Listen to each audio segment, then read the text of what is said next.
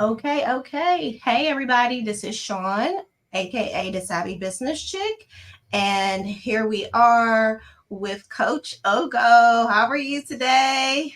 I am good. How are you? I am doing as well as a mompreneur can be, right? Oh, if that isn't the truth, if that is not the truth, us mom. Oh my goodness, the struggle is real. It is real. Yes.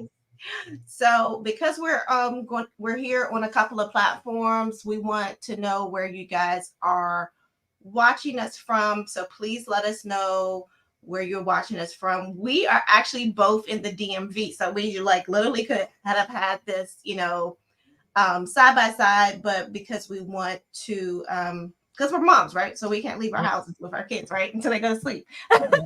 But please let us know where you guys watching from, and we're here to talk about tapping into the healthcare government contracting space. And I'm gonna let Coach Ogo kind of take the lead. If you have any questions, please do put some in the chat. Okay, wait a minute, I'm seeing Florida's watching. Hey, Baltimore, Maryland is watching. Okay, I see great, one great. of my mentees in Florida is watching. Okay. And I can see some people are watching on LinkedIn as well as YouTube. Yeah, and And we've got some people on Instagram on my side. You guys on Instagram, let us know where you're watching from. I've got mhm, her on my computer, so I can't. I'm going to be doing this between the uh, both of y'all. But let us know where you guys are watching from. great. Okay. Hello from, I'm seeing some more. Hello from Baltimore, Hyattsville, Maryland, Bethesda, Maryland. So we got a lot of people LinkedIn that are in the DMV, Hmm. Philadelphia. And this is good because word on the street is that Coach Ogo, she is not, the contracts are not just local to the DMV. If you're here in the DMV, you know all about federal government contracts and all about, even some of our wonderful state contracts, but there may be an opportunity in your area. So I'm going to, yeah, hey, LinkedIn, I'm going to let you, Maryland's in the house. Yep. I'm going to let her get started with the conversation of first, why government contracts? Can you answer me like, why should some of our home care, healthcare, business owners, start considering healthcare or government contracts? Oh, great question. Thank you so much. Again, thank you so much for this live opportunity. This is a great conversation. You know, I could talk about this all day, every day. But why not government health contracts? This is a lane that is so untapped. It is a $1 trillion industry. Whoa. Trillion with a T. Last year alone, our government spent 1.9 trillion on healthcare services. And that and that's even after COVID. We spent more during COVID. When there is Mm, a public health crisis, when there are issues with the health of the community, when they declare something a public health emergency, in your mind, I tell people, as soon as the government says this is an emergency, your brain should be telling you cha-ching, cha-ching. because it literally is like that. COVID created so many multimillionaires and billionaires Mm-hmm. if you knew how that money was coming down.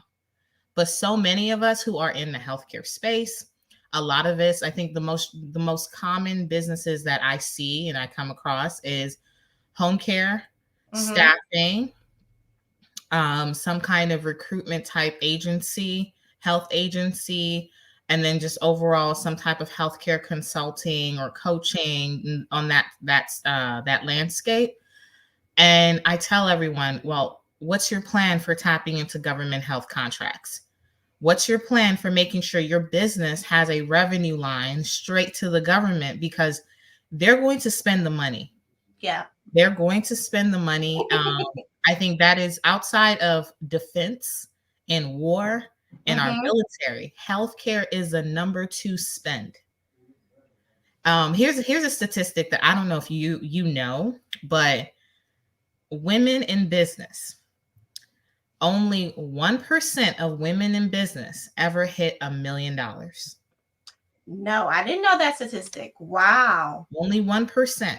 Well, And, thank and God I'm not in that percentage. oh, we know you. But oh, that is crazy. Yeah. Yeah. And the interesting part is that 50% of that 1%, so 0.05%, Mm-hmm. they made their $1 million through government contracting. Mm. So it is the millionaire maker. If you Okay. know how to do it, if you know how to access it. And it's one of those revenue streams that no matter what happens to the economy, and I know 2024 seems a little bit uneasy for a lot of people, and you're looking at some of these layoffs, you're looking at what's going on outside, and people Mhm. start to ask, well, is this the right time to start my business? What am I going to do well in this landscape? And I tell everyone, yes, you will. Okay. Follow the money. The government is going to spend it. And because you're already in health, because you already have an agency, or because you're starting an agency, you are well positioned to be more impactful. You already understand what the needs are in the community. You already know what we need because there's a demand. You Mm-hmm. can maximize that by adding government health contracting to your business model. Not only does it make you more attractive to your clients, Mm-hmm. it expands your revenue streams, it stabilizes your company, and just overall, like as an organization, when you present yourself, like let me tell you, when I walk in and when I say I'm a government health contractor, my shoulders go up a little bit. I'm like, I'm a government health contractor. But no, I think everyone in the health space should take advantage of this, and especially once they start their agencies with you, they need next step is, where are the contracts? All right. That's good. So, like you said, in we have a combination of home care, which is the non-medical home care business owners. Then we have some of the skilled home care business owners. And then we have some who have some kind of nurse staffing agency. So you kind of hit all those. And then because of some of my other business besties, they may also dabble into group homes or assisted living. But what we say here on our home care streets is that, home care or healthcare is recession proof. So did that prove to be true um, with the government contracts? You said this is number one. And number two, in the top five, so how did just ebbs and flows with the recession affect, how money was spent, in your opinion? So the way the government is structured when it comes to how they spend their money, every year they're going to put together what they call a fiscal year budget. Mm-hmm.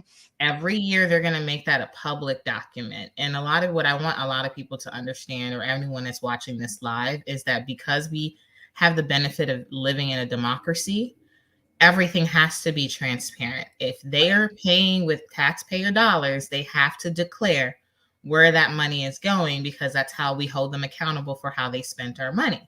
But Mm-hmm. then that's also how we as business owners can take advantage of what is available for us. The government does not provide its own services. Its goal, or its fundamental core responsibility, is fiscal management, manage the money. Now, Mm-hmm. when it comes to these services, they will always hire contractors like us to do the work. And there's the one biggest reason for that is security, national security. We're not thinking about it like that, but that's how it works for them.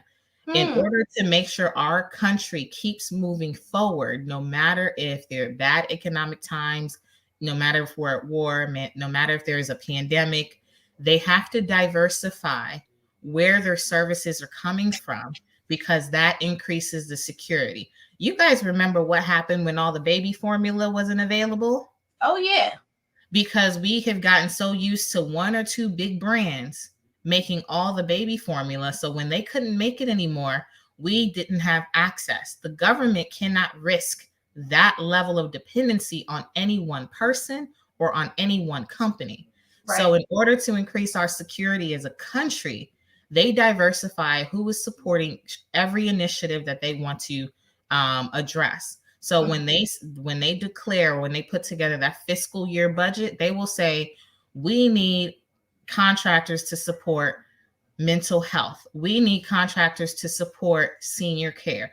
We need contractors to support our military treatment facilities, and we need more manpower in those facilities. Whatever the priority is in that yearly fiscal budget, they will declare that and they will tell you how much they plan to spend. Hint, hint for anyone that has any business in health. Mental health is going to be one of the biggest money makers over Yeah. the next couple years. If you were not thinking about it as a service line, if you were not thinking about how to incorporate it, you should be thinking about it right now, Right. because that is the biggest money maker right now and across the board, from children all the way to adults. Mhm. Mental health, veterans health is going to always be a big thing, because when they come back, a lot of them have post traumatic stress syndrome. A Mhm. lot of them have lost limbs and need assistance at home. A lot Mhm. of their family members need you to come in and help them with their care. A Mhm. lot of something simple as navigating the healthcare resources, which is called care navigation. That is also a fundamental service the government will pay for, because they cannot do it on their own. But they Mhm. have to make sure their veterans are taken care of. They have to make sure the community is taken care of. So for and everyone that's in this space, I think majority of us come from some type of health background in some way, shape, or form. Mhm. If you think about the work you used to do, the jobs you used to work, and you think about all the problems that were happening. I used to work in the hospital, and child, issue after issue after issue, problems. And we're so frustrated, and we're always asking, like, why is it like this? Why Mhm. can't this change? Why don't we do it this way? Why are we doing this? And so many of us feel like, oh, we are just forced to follow all these rules, and we have Mhm. no say so in how the healthcare system works. Sis, brothers, for anyone watching, you have the power, but you have to tap into the source of that power. Contracting is where we are able to position ourselves to transform health, to give that strategic advice, to let them know that no, this is how it needs to be done for my community. And Mhm. from that, something people don't know is, from those contracts, from those programs that you help the government run, they're going to ask you, give us a feedback report of how it went. What were the successes? What were the failures? What were the things that need to change? What are considerations that we need to now put into policies? Mhm. Policies get built from these contracts. And if you're tapping in, guess what you're also contributing to? New health policies. So we Right. are powerful. Yep. That's great. Yeah, that is very true. That I served on the board of the committee for the Maryland Department of Health, and like what you're saying, it's like they start talking about, okay, we have this available, we have this, we're planning on doing. How can we implement this?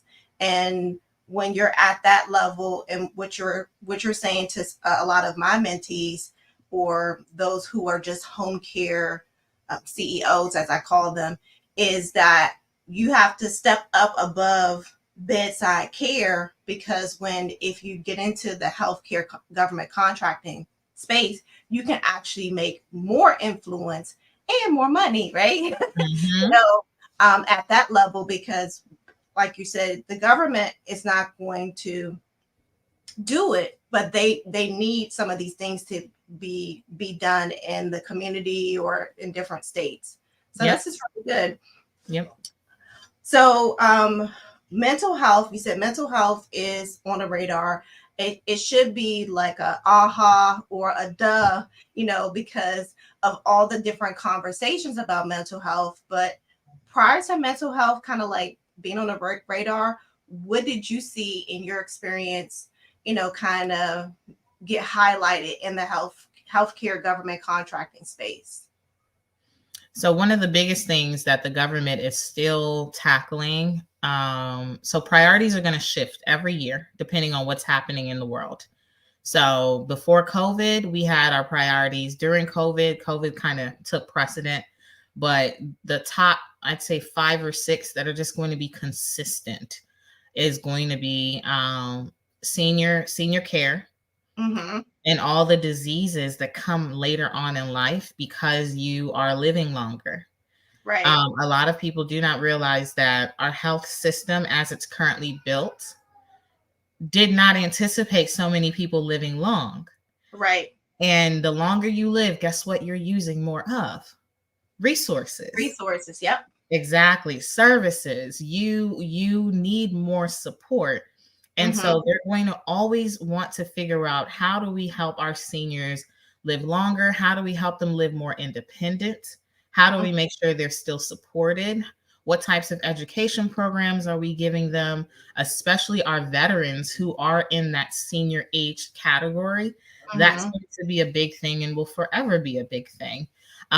Before COVID, maternal health was one of the top 5, but Oh I yeah. think COVID actually really exacerbated maternal Mm-hmm. health, and maternal health started climbing up to the top 2, 3, where it's like, we really need to figure out, how are we going to make sure giving birth is safe for families, for multicultural mothers who want to bring life into this world. COVID really emphasized to our government that what you have in place is making it worse for multicultural communities, for women of color, and you have to do something about it. And so now you'll see a lot of programs targeting improving maternal health outcomes, improving early childhood outcomes, because those first 3 years that that baby is alive are actually the most pivotal. That Mm-hmm. the education the mother has during those first 3 years are going to be important.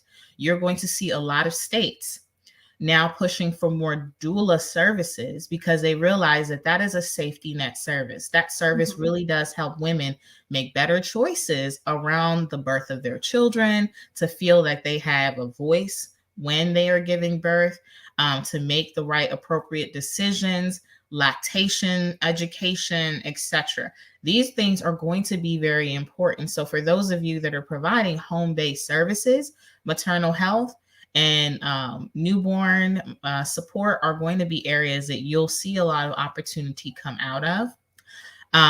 What else? And then also, you, of course, you've got your big communicable diseases that they're going to always be tackling. HIV and tuberculosis. It's going to always be one of those big topics. So I would encourage everyone to look at government health contracting as a chance for you to really tap into all that is available in health. Mm-hmm. There is no limitation. So I meet a lot of home care owners who think that, okay, well, I've got this license and all I could do is deliver home care services. Right. Mm-hmm. No, sis, no. With government health contracting, the only limit is your imagination. Mm-hmm. The only limit is what you place on yourself. That home care license is for your particular state. Mm-hmm. And that's to allow you to offer that particular type of service. Yep. And that is a revenue stream. But with government health contracting, you can have contracts in any state, any Mm-hmm. county. You can have contracts in other countries because our military health system is actually the largest health system in the world. Yep. We have military treatment facilities in just about every country. Wherever Mm-hmm. there's a base, there's a military treatment facility, and they are constantly looking for services. Mm-hmm. Pandemics and global diseases are going to always be a humanitarian issue. Mm-hmm. Thus, we as health professionals and health business owners can always contribute to humanitarian needs that center around health.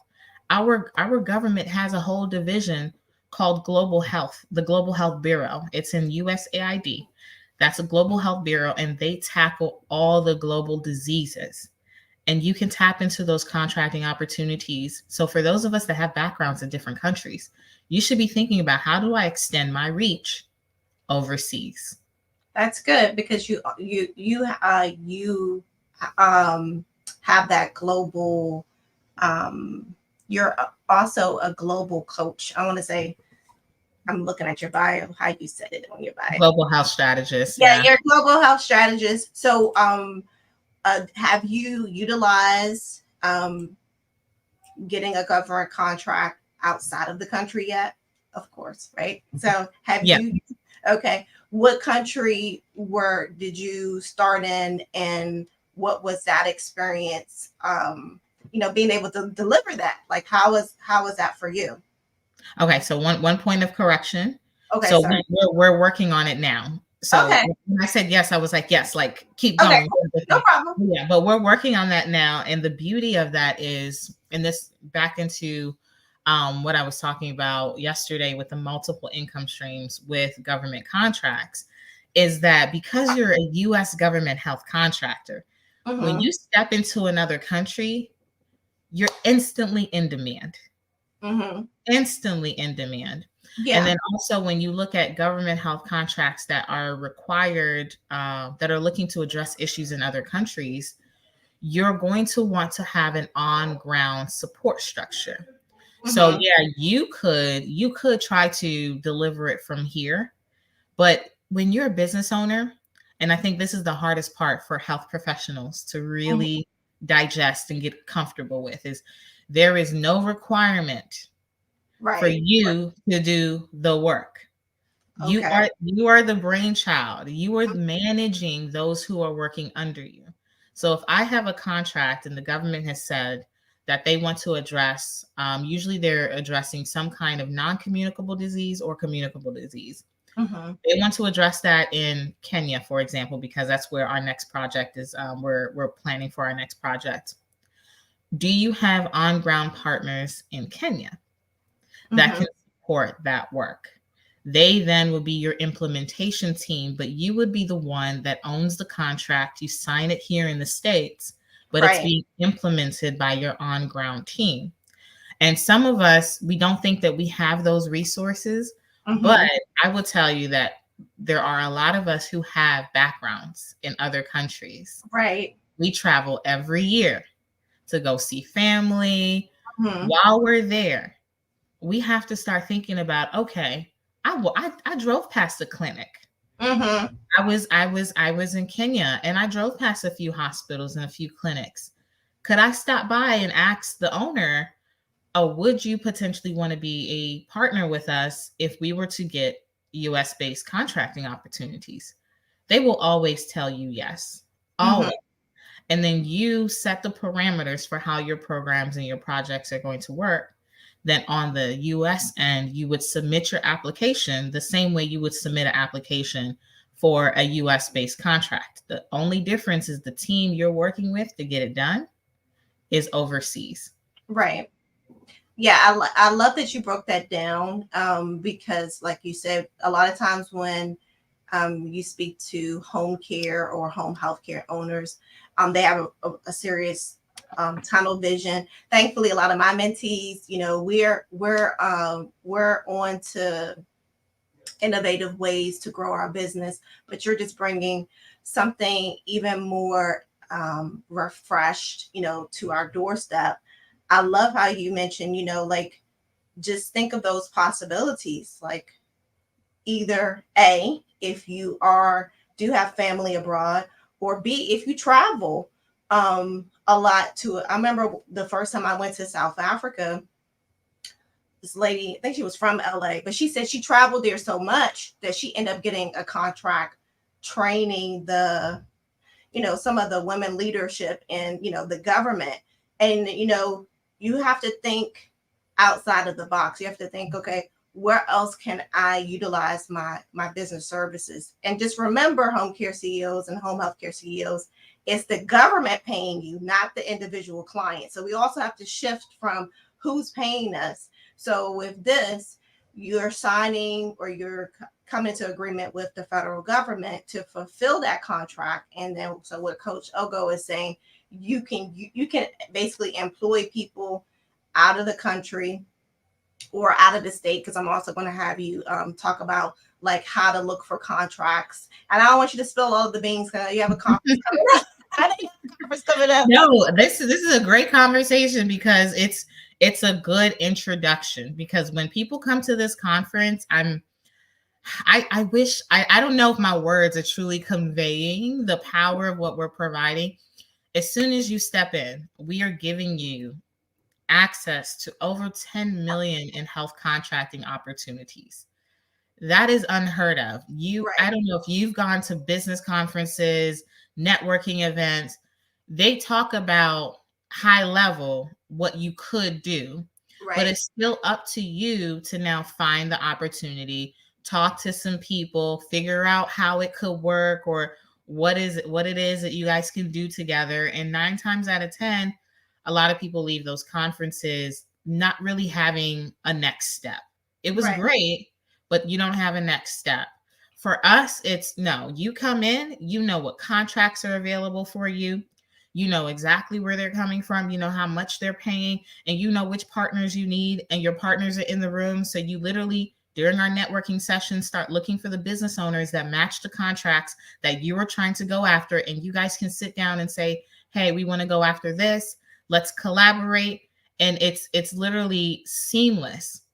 And in this conference, you could have literally an entire map for 2024 of all the opportunities you can go after. So there's no guesswork. There's no what should I do? It's this is the next step. This is what I need to do for the next 6 to 12 months. mm-hmm. Um, but yeah, one of the biggest hurdles to getting into government health contracting is finding those opportunities, finding the most appropriate opportunities, understanding which opportunities make the most sense. Um, you followed me, my followers listen to me all the time, and for the benefit of your community, I have a methodology to my madness. Okay, There, there's traditional government contracting, and then there's community impact government health contracting. Traditional government health contracting is where the government is asking for a service, or you to come in and do something for them, but the beneficiary to that service is the government. They're asking you to help them internally. They're asking you to improve a process for them. They're asking you to staff their facilities. They're asking you to do a training for their team members and their staff members, etc. Right? And so that is usually the traditional route that people think about when they are talking about government health contracting or contracting in general. I have found that there is another side to contracting where the beneficiary is the community. It is the community at large that is benefiting from this service that you're offering. And because this service is targeting the community, we have actually discovered that it's easier to win these types of contracts. Your competition is lower for these types of contracts. Your ability to showcase your expertise is higher for these types of contracts. Usually, I don't know if I ever told you, my first position when I started my healthcare career, I worked for a home care agency. no, you didn't. Yes, that was my very first position in healthcare. I worked for a home care agency. I was making $8 an hour. Mm-hmm. And I say it with pride. I was making $8 an hour. But behind the scenes, I learned how that industry worked. I Mm-hmm. understand your rates for Mm-hmm. services. And Mm-hmm. depending on if it's private insurance or if Medicaid, those rates fluctuate. You Right. might have to do some back end negotiations. You can't negotiate with Medicaid. You pay what they want. You're going to get what they're going to pay, period. Exactly. And you have to make it work. Home care agencies are operating on very, strict margins. Yeah. You know how much you're going to make. You got to stick to that. You got to manage your money well. So there's a structure to that. When people come into government health contracting and they're going after traditional contracts, they're realizing that these bigger companies are able to cut the price Mm, significantly, and that is how they're beating out the smaller companies. right. I'm not a huge firm where I can charge $1 per client or $10 Right. per client. We need to live. We need to survive. And so what I've seen with community health contracts is there is no trying to beat me out on price. They're not looking at price. They have a budget. They know how much they want to spend. They've made it very clear. I had $450,000 for this particular service, and I want to hit these metrics. I want to know that you've talked to 100 families, you've educated them on diabetes or chronic disease, they have increased their health literacy levels, and you can communicate all of that back to me, and I have $450,000 for you to get that done in the next 12 months. Mm-hmm. Now, when you submit your application, all you need to think about is how much value can I give them for $450,000? Right. You don't need to start figuring out or guessing, oh, well, how much money are they going to pay me? Are they going to give me $10 an hour? Are they going to give me $20 an hour? No, you've got $450,000 for 12 months. What can you do for me for $450,000 for 12 months? And because we are smaller business owners, we are diverse, women-owned, smaller business owners, we are more nimble. We are more innovative. Yep. We have backgrounds in healthcare. Most of us do. So we've seen the insides. We've seen being on the floors. We remember those interactions with families. We know what they're struggling with. So we can actually present more innovative and more valuable programs and services to the government than a bigger corporation can. And the government looks at that more favorably because they want to see more value. They want to know that they're getting the best bang for their buck. So community impact contracts eliminates the guesswork on how much you're going to pay me. We don't have to fight on price anymore. But I could beat you out on value. I could beat you out on what I can offer, because as a small business, $450,000 goes a longer way than it does for a large corporation. Oh, did I lose you? Am I still here? No, my son wanted to do a little introduction, so he opened up my office door. But go ahead. Okay, no worries. Yeah, so what we've seen is that community impact contracts actually create more success stories than traditional government health contracting. And that's what we love about this process. That's what we love about this pathway, but it's untapped. People don't know it exists. They don't know how to tap into it. And that's what this conference is going to do. It's going to expose this process, this pathway, and get you on the trajectory for your 2024 to be the most transformative 2024 yet. Okay, so let's say, and I'm going to get to some questions soon, because some people are like, where's the conference and how do I register? And I'm not sure if Joan is on your team, but Joan is doing a good job on LinkedIn, kind of like dropping some of the information. But so let's say I come to this conference and there are $10 million worth of opportunities there. Realistically, let's say the conference didn't exist. How soon after I learn about a contract, I submit my bid, how soon does the government make a decision? Like, is it a long process, or is it a short process? Yeah, I guess. Yeah. How long is the process for them to make a decision? Depends on the contract. Okay. Some contracts, especially contracts they need urgently, they can have a decision within a few days. On average, it's going to take 30 to 45 days to get a decision back from the government. Government's not the fastest thing. That's why I tell everybody that they are not the fastest. So when you submit your application, you just have to take your mind off of what you just submitted, move on to the next contract. Within 30 to 45 days, they will get back to you. But I had my first government health contract within 30 days of applying. I had a decision within 30 days, and I started working on the project within 45 days. So it depends on the contract. Some contracts take a little bit longer, especially the ones that are giving out more money. So when you go into those multi-million-dollar contracts, those contracts where it's like you see that number and your heart jumps, those ones take a little bit longer to evaluate. You guys on Instagram, you can't see what she just did. She was just like, hallelujah. I did the Fred Sanford. But yeah, those bigger, larger contracts, those ones will probably take a little bit longer to evaluate, because they're going to want to read your application thoroughly. Let's be honest. If you're asking the government to give you $5 million as an example, wouldn't you want, if you were on their end, wouldn't you want to make sure you read that application, make sure this person knows what they're doing, that they're truly going to give me the best work for my money? So those, you got to give them a little bit of time to go through that. I don't know if you guys pay attention in the news, but the government, depending on the agency, they just don't have as much manpower. A lot of their employees are retiring because they've worked in the government their whole life. So a department may have had 12 people prior to COVID, but now everyone retired and now they're down to 6. So it takes a little bit longer to read your applications. So I say be patient when you submit. The best way to get the anxiety off of you is to keep working on more opportunities. So you should have a pipeline, which is what I tell everybody. You should have that list of what you're working on, which you will have coming to this conference, and you work on each one and you just keep going. And then when the 30 to 45 day time frame hits, you'll have those decisions. But now back to why I love community impact contracts.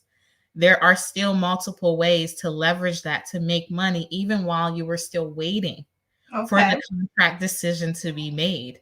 And so we teach that you need to leverage all income possibilities as while you're doing the application, as you're waiting for a decision.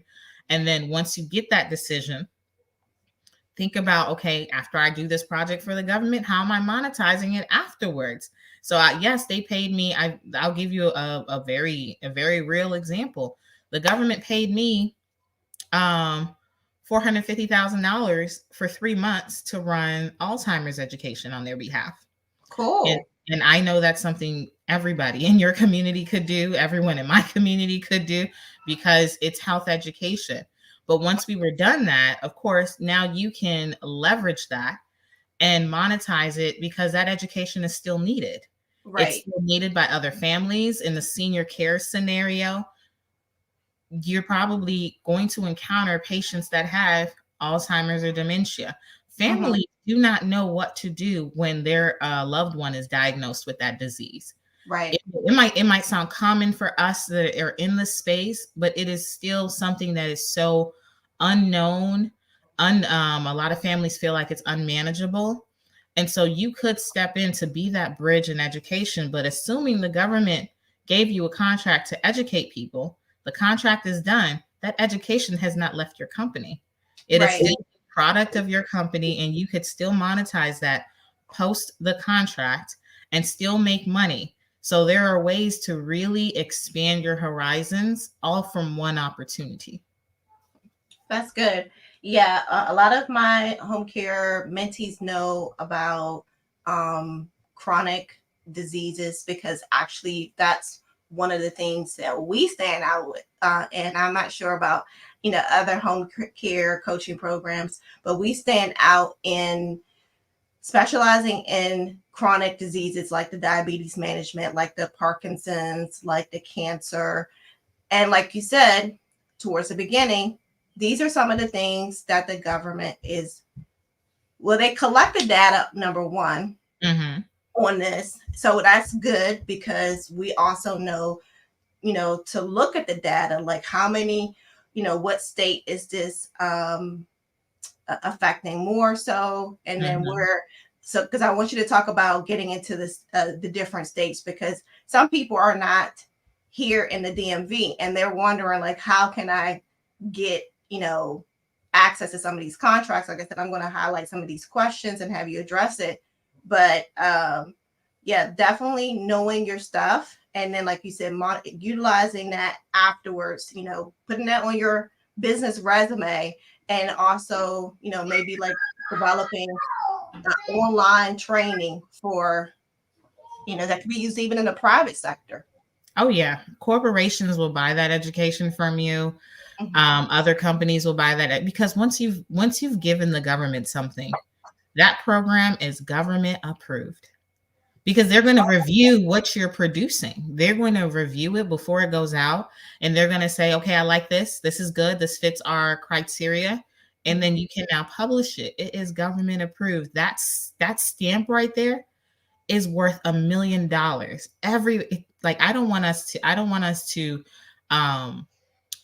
miss the fact that getting that stamp of approval from the government is a license that 99% of other businesses will never achieve. Now That's good. you have it. You can use it to your betterment. You can consistently continue to generate money from that stamp of approval because you are a government health contractor. And yeah, on the state level, it's the same thing as on the federal level. Every state has their own fiscal year budget. Mm-hmm. Every year, they set their priorities, and you're right, they take data calculations. It's called disease surveillance. My public Mm-hmm. health people know what that is. They are looking at what diseases are prominent in my state. They Mm-hmm. want to know what it is that is going to increase their healthcare costs, what diseases are the highest, have the highest disparities within certain populations of people. They want to know, okay, how do we tackle this and how do we reel it in before it becomes um, too out of control? So if Mm-hmm. you go to your particular state, no matter where you're at, and you look at the yearly fiscal year budget, it will give you a detailed breakdown of what they plan to spend money on and why they plan to spend money on those areas. Each state will then have a strategic plan for the health department. So every state has a health department, and each health department is going to have a strategic plan for the health of the state. And Mm-hmm. that plan is usually it's done every 3 to 5 years, and it gives a detailed breakdown of what are the biggest diseases in that state. For Right. me, I'm in the DMV. What the biggest diseases that we've been talking about: diabetes, Alzheimer's, hypertension, diabetes, Alzheimer's, hypertension. I think there's one more and it's slipping my mind, but these are Alzheimer's. Did I say Alzheimer's already? Yeah. Yeah. So these are the ones that consistently over the past year and a half, like we're just Stroke. talking about. Stroke should be up there. Stroke. I will go back and check. Like Okay. the top ones that I know, because last November, the Maryland Community Health Resources Commission pushed out over $45 million, and they were very specific about which diseases they wanted to tackle. And I don't remember stroke being one of them, but I think stroke is a subsidiary of high blood pressure. High blood pressure and hypertension were one of the biggest two that they were talking about. Mm-hmm. But yeah, every state every year is going to have those main focus areas. That does not mean all the other diseases are not important. They know that every disease is important. Even Right. the rare diseases are important. But what is the priority right now? Because if you all notice, the government will shift where their money gets spent. They Mm-hmm. don't stop spending money because we're in a recession. Right. They never, if anything, they spend more when the economy is bad. What they do is they shift where the money is being spent at so that you're prioritizing the biggest needs in that moment. So when COVID hit and they realized COVID was impacting communities severely, they shifted a whole lot of money towards COVID. So as business owners, we're going to have to get used to the pivot. We're Mm-hmm. going to have to get used to following the dollar bills. That does not mean your core business disappears. It means pay attention to where the money is being spent. You will always have opportunities and your business will survive. These Mm-hmm. big companies do it all the time. Right. You see them closing, they'll close down a department. Oh, we don't know. We no longer do this. We no longer do that. We're doing this. They're doing those strategic pivots for a reason. That's Mm-hmm. how the company can stay alive for 100 years. They will pivot wherever it's necessary so that they constantly have a revenue stream to tap into. And so we have to do that. And for those of you, you may, something that your students can do is get accustomed to looking at your state's strategic plans every year. On the state level, the fiscal year runs a little bit different. We are used to a January to December, not in the government. On the state level, it's a July to June. Mm-hmm. On the federal level, it's an October to September. That is the fiscal year. And every end of the year, that last 2 to 3 months each year. So on the federal level, once July hits, July to September, we call that feeding season, contract season. That's true. That's so true. They are dropping the money because they realize that in order to have the money available next fiscal year, They got to get it spent. And whatever they didn't spend yet needs to be spent before that October 1st date. State Mm-hmm. does it the same exact way. Before that July 1st date, they need to spend down that budget. And that's where the most opportunity is created if you are paying attention to their fiscal year of flow. And Mm-hmm. so we have to get accustomed to following the money. And what I love about government health contracting is you will always know where the money is coming from. This is all public information. There is no guesswork. It's just a matter of, did you take the time to find out what's appropriate or important for your particular state? That is so good. I haven't even gotten to that part yet as far as the fiscal year, because that's like a layer of information that I would share one-on-one with some of my mentees, but it's really important. Um, I've seen that affect, like, why all of a sudden it's Medicaid auditing, how much, we billed, or do we overbill? They tend to do that at a certain time of the year close to their closeout. And then, oh, this is a weird time for them to tell us, oh, now they're doing an increase on, our reimbursement rate. It all has to do with that. But, we're always, for healthcare, I always feel like we're still behind. We're not as up to date as some of the Mhm, other industries. mhm. We can use that to our favor because, in a way, because they are still behind. That means that they need a lot of input from, boots on the ground. So I want to get to some of these questions because Yeah, give us questions. And for those of you on Instagram that have been watching, if you have questions, please drop questions. And questions on anything government health contracting, please drop questions. I am here for it. And thank you for having this live. I feel like it's more interactive oh when I yeah, have somebody to talk to. And so, no, I love it. Thank you. yeah. Well, first, even though Joanne addressed it, I want you to, Carla asked, when and where's the business conference? Let's just get it out of the way. Like, tell us, where is this thing going on? Okay, so tell us about the conference. Yes. Yes. So the business conference is February 22nd to the 24th. It is at the Gaylord Resort at National Harbor, Maryland. It is 15 minutes from DC Reagan National Airport, February 22nd to 24th. We have 3 ticket tier options. You could be general admission. General admission will get you into February 23rd, which is the main conference day. Or you could be a vendor where you can actually showcase your business to all the stakeholders we're going to have in the room. And oh, I didn't even tell you who's going to be in the room. We have stakeholders from the White House. We have Mhm. stakeholders from Veterans Administration. We have political figures who are currently in office to tell you what the health priorities are and where they are putting the money and where Right. they need small businesses to come in and scoop those opportunities. We have business owners who have killed it in the government health contracting game. One of our keynote speakers, you all will love her. She was a former ICU nurse. When I Mm, met this woman, oh my goodness. And it's very rare that you find someone in government health contracting when they're back with their background in health. What right. I have seen is that most of the people that are making money in government health contracting are men, are Oh yeah. men. And I'm like, why is that? Because healthcare is 85% women. We do the work in the system, but we're not at the top scooping the dollars. Mm-hmm. So this one of our keynote speakers, she is a ICU nurse. She went from the bedside straight into government health contracting. She has done multiple millions and just landed a 3.1 billion with a B Cha-ching. Cha-ching contract, and she is dropping the secrets on how she has grown that business, and Mm-hmm. she recently sold that business too. So we're not just talking about growing a business, we're also talking about building wealth. Right. Right. Wealth that really can be passed on from generation to generation.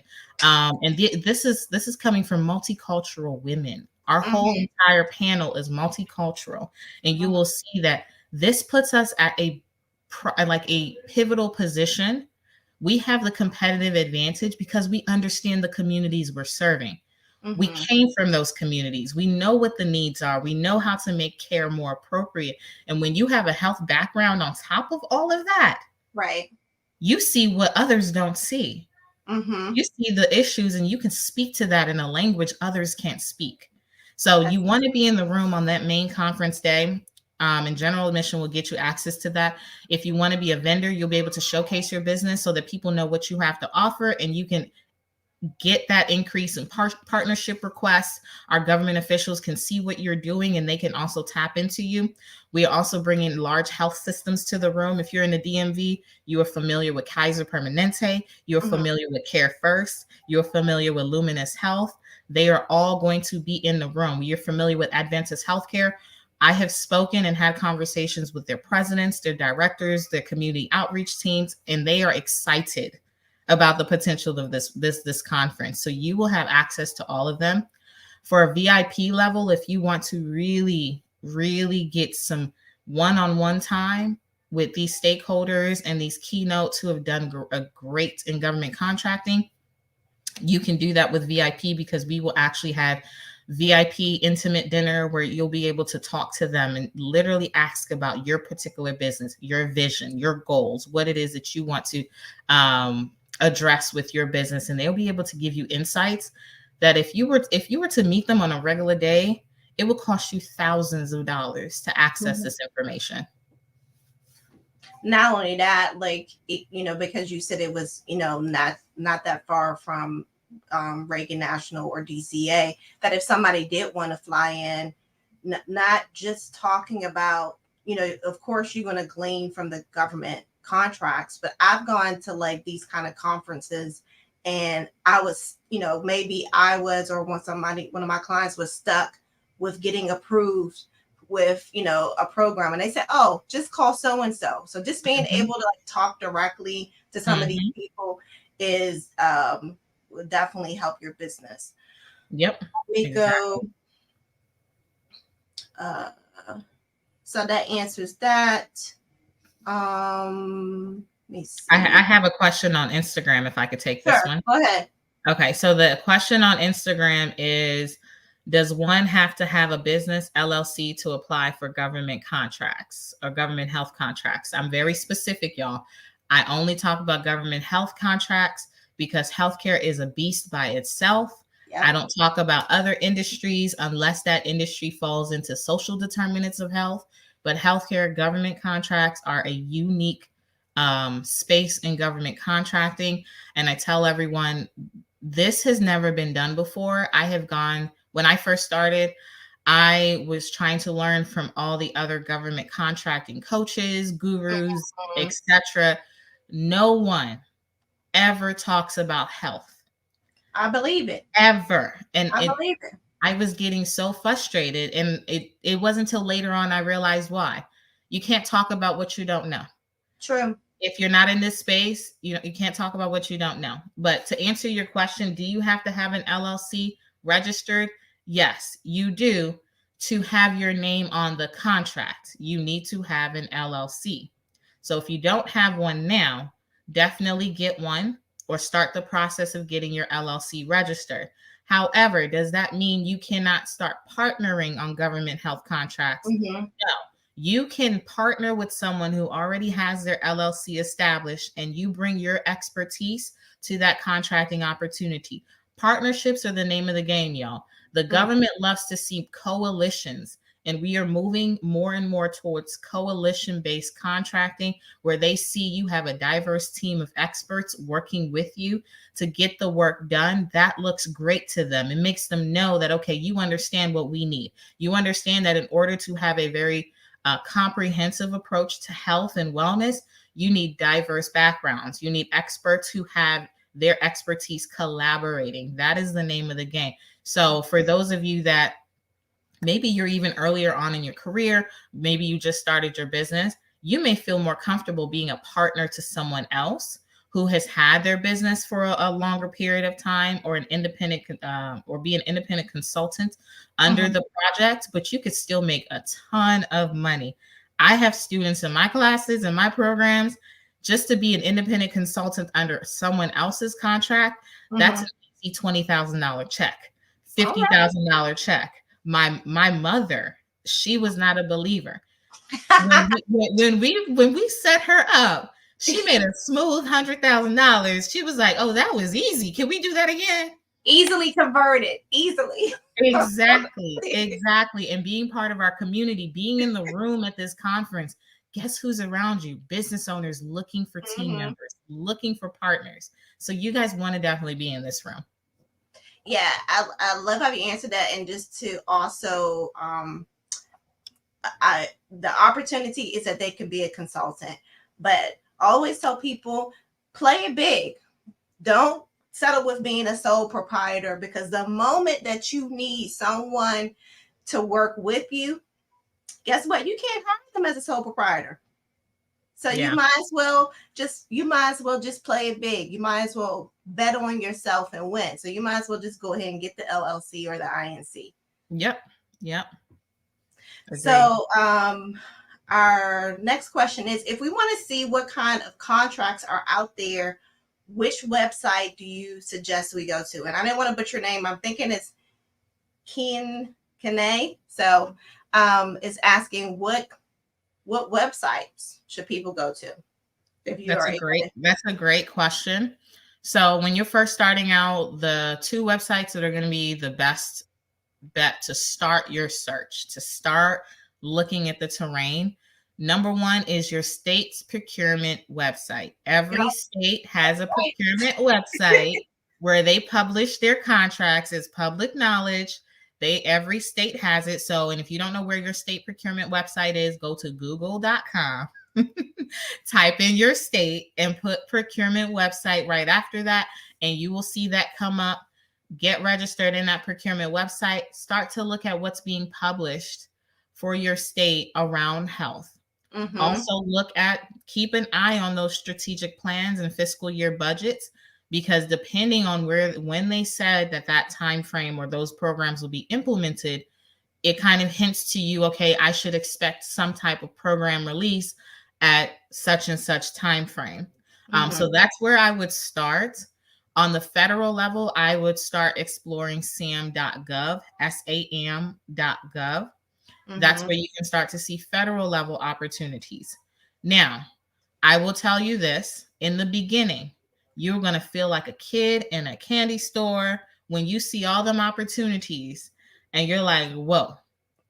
But the biggest thing I want you to think about is, what does this look like? Does this look like something I can do? Oh, I could have done this, or I could have done that. Get yourself accustomed to looking at, okay, where are these opportunities published? But keep in mind, 80% of what the government spends their money on is never published. You will hear about it after they gave out the money. So it's also important for you to know that I am only looking at a piece of what's available. And what I need to do is put myself in the position to get in front of the money. Gotcha. Okay. And that is how these big companies win big, is they get in front of the money. When they know the government has set a priority, they're like, okay, who hands I need to shake? What conversations do I need to have? Which partners do I need to be connected to? Because those individuals may be connected to larger opportunities that are not on we call it the contract streets. So you have to think about it from a more dynamic perspective. Yes, getting on these websites will start the process, but it's not the end all be all. There is so much more available, but some of that can only be accessed based on, do you know where the money is coming from and how can we get in front of it? And that's what this conference is going to do, is going to help you guys see where those priorities are so we can start getting in front of the money. Because I would love to scoop a contract before it hits the streets. Right. I don't want to compete if I don't have to. Okay. So these are some of the things we discuss and how to tap into those opportunities. Some government contracts, when they've set a pool of people, they've pre-qualified a pool of people, they will literally only publish the opportunity to that pre-qualified group. So the only way you know the opportunity is available is someone in that group. That's true. So these are some of the things we have to think about. And I know we're like, well, I don't want to travel. I want to be in my house. I'm comfortable. Get out of your house. Get in Mm-hmm. these rooms. These Yep. rooms will transform your life, but get in the right ones. Right. And that's really true for the DMV. It's not. It's definitely who you know. So and being in those rooms, you kind of answered this question. Brandon said, Sam. You mentioned Sam.gov. Mhm. Part of this question, I'm not sure. Will working with the VA be one of them? You kind of addressed that there are some VA contracts.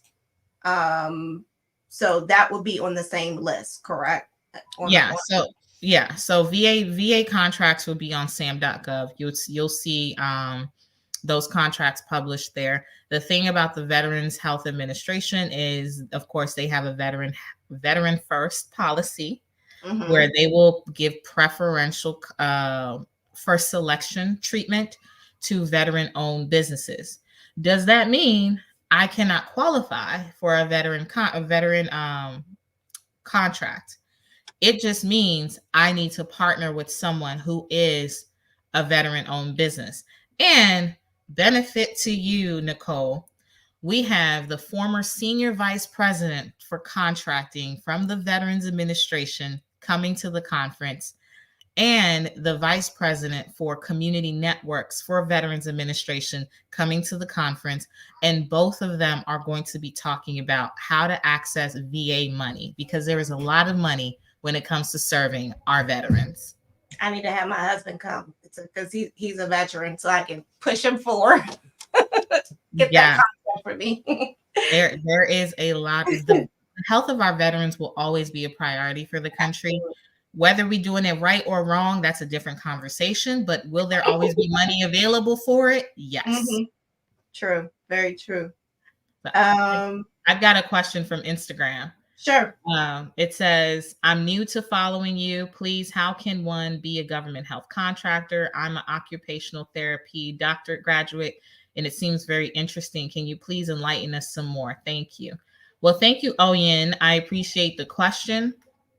In order to be a government health contractor, of course, you need to have the proper registrations. You need to understand what the government is looking for as far as health priorities, so that you can understand where they want to spend their money and how you can apply for those opportunities. I love when I see health professionals who have clinical degrees going after this, because I think we have been taught that in order to make money in health, we need to go the traditional route of working for 40 years, climbing the ladder. And there's nothing wrong with that. But it's frustrating to me where I was literally on that same road.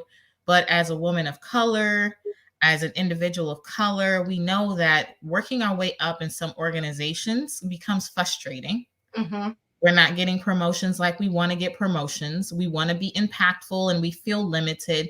Government health contracting allows you to literally take your trajectory as a person into your own hands. You can never, and I tell my husband this, there is no job that could ever pay me my worth, because I know how to make my own money. Mm-hmm. You can never pay me my worth. If I take your job, it's because I love the work, but it's not because your salary is paying me what I'm worth. I Right. will always stack contracts to pay me what I feel my contribution to society is. And as health professionals, we do so much for everyone else. Mm-hmm. But I don't see health professionals becoming the multimillionaires of the world, the billionaires of the world. It's people who don't have degrees that seem to be getting up there faster than us, but we're sacrificing 8, 10, 16 years of our lives, all in the name of helping other people. And in my mind, I'm like, well, I need to change the script. We need to flip this around. If you spent 16 years learning how to take care of other people, we need to take that knowledge and put it in an avenue that's truly going to blow up your wealth. And so you feel better about the work you're doing and how you're contributing to society. Very true. Very, very true. Audrey was asking, can I go to the business event if I'm not yet licensed for home care? She is in the process of getting her home care agency license approved, and she wants to know, would she qualify? Yes. Mm-hmm. Yes, because every contract does not require a home care license.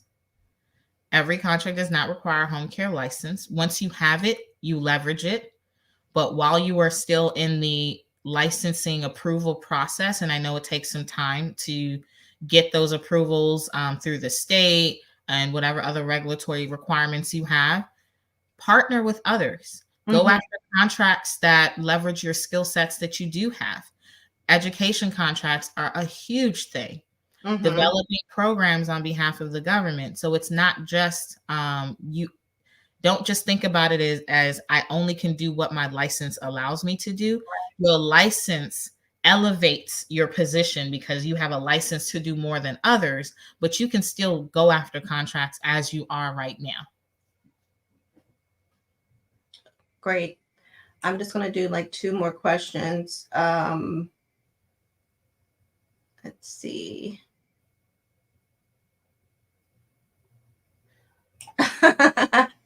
Carmen had a cute question. What kind of culture did your mom do? Looking out for her mom too. Hey, what's going on? Look, Carmen, I love the question. Okay, so let me give you a background on my mom. My mother is an African woman to the core. She started a home care agency. And just like many of you, her mindset was, well, I can only take care of people in their homes. I needed to prove to her, you have more knowledge in that brain, and we need to leverage it in other ways. And she was like, well, I don't want anything that's going to take me off this path. And I said, you don't Right. have to. We're going to look for the contracts that enhance what you're already doing. So Mm-hmm. let's look at the anatomy of a home care business. Mm-hmm. You're taking care of that patient in their home. What else are you doing? You're educating them. You're educating their family. You're doing follow-ups with their plan of care. You're communicating with their clinical teams. You're probably doing some medication management, depending on the level of care you applied for. So you're using all these other skill sets. There are contracts that will leverage all those other skill sets. So my mother is a natural born educator. She loves to teach. That's And good. she has spent 30 years working in various different units. She's been in ICU. She's been in the NICU. She's been in mother baby. She's been in what's that? She's been in a step down unit. She's been in telemetry. That word, I know telemetry. that word. Oh, okay. But she's worked across all these units. And I'm like, Mom, we got to leverage this knowledge. You got too much in your head. So what we were able to do was set her up with health education contracts where it didn't take time away from her agency. She could still see her clients, she could still manage her nurses, and then she will set her schedule. Okay, we're going to do education training for the general public on Saturday afternoon or Saturday morning from 10 to 2. We set up that schedule that way. We found a contract that would align with that. And so after she's done doing her agency from Monday to Friday, Saturdays from 10 to 2, she's educating the public on various different diseases, and she's making more money on top of that. And I'm like, this is exactly like the ideal scenario. You're adding things to complement what your business, your core service is, but you're leveraging all the avenues that money can come through your company for. And y'all, health education contracts, you could do that in your house. Mm-hmm. And there's little to no overhead for health education contracts. Maybe you pay a couple $1,000s for any technical equipment you need, but Mm-hmm. for a $50,000 health education contract, you're pocketing like 95% of that.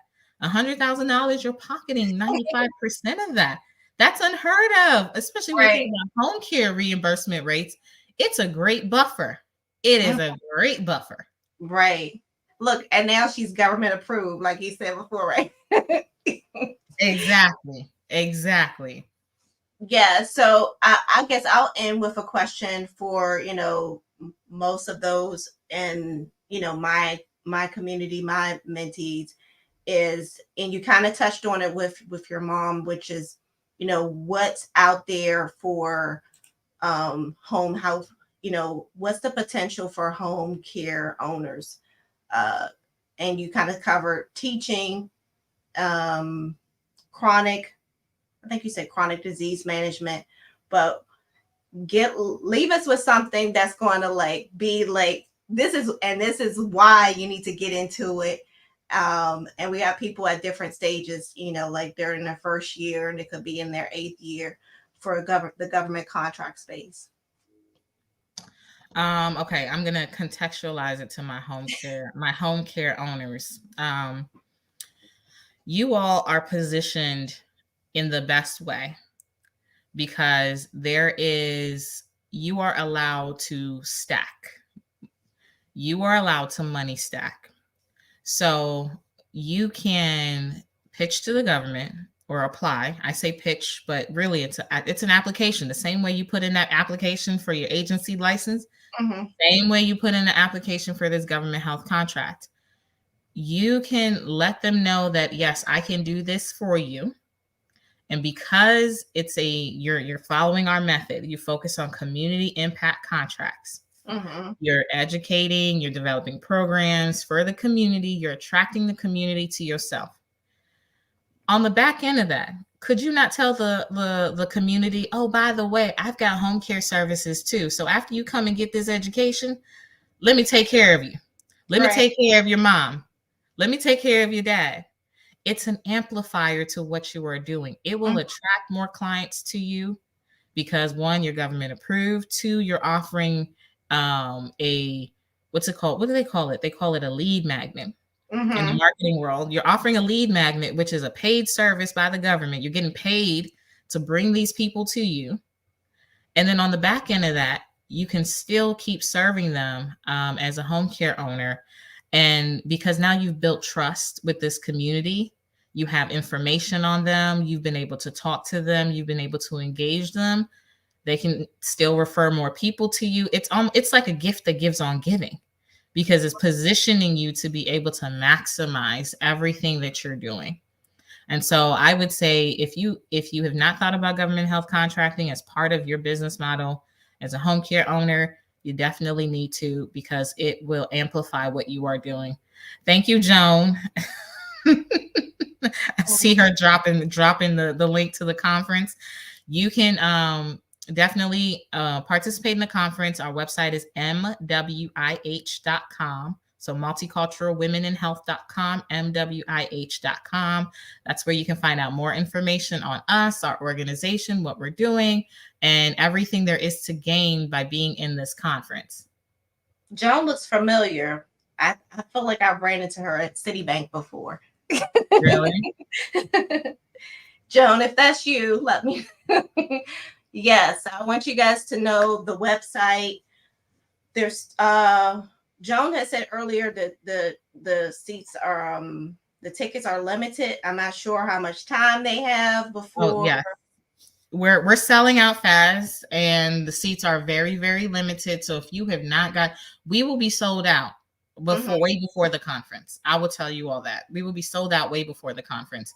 So if you've not gotten your ticket, please, please, please get it now. Well, I don't know why I'm saying please. Go get it because Right, I'm gonna because be there. yeah, I'm gonna be there. she's gonna be there. She already has you know, the experts lined up, and then the people who are in the room, they're going to get those opportunities. Exactly. Oh, she said yes, yes. I think that was her. Joan used to be my banker at Citibank at one point. Oh wow. Oh wow. Small world. Small I was world. like, her face looks familiar. Get to see you. So everyone, thank you so much. Um, I'm glad that we're both in the DMV and we could connect, and we'll definitely meet up in person. I, I might as well come because you know I just didn't even get it. But I'm not going to do a vendor table. I don't have the time. I don't have the time to do that. I know you said that that would people will probably want to know about my program. I'm just going to come and see some of the other people there. So if you're in the DMV, hey, you might just meet me there. So either look, meet me there or beat me there, right? Yes, exactly. Exactly. Thanks, Joe. Yeah.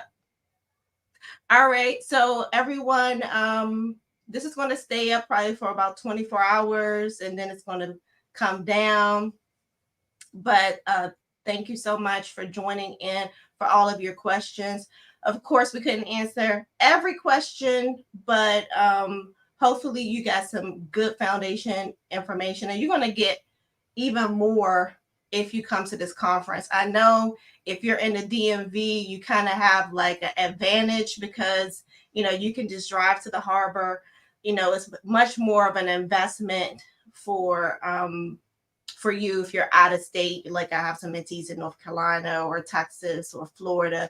So I'll try to do the best I can. I'll try to twist Coach Ogo's arm and try to do like a little private session, with some of my mentees. But guess what? We not this. It's not gonna be free. Okay. I'm not gonna. I'll say that this was free. So if we want to know line by line, we're gonna invest into her and her resources. So let me know if you guys are interested in that, and then I will ask her at the conference when she can do that because this is on her mind right now, and I know after that she's gonna probably go on vacation. All right. So thanks guys again. Thank you, Coach, and we're ending now. See you guys next time. All right. See you all. Thank you so much. Thank you.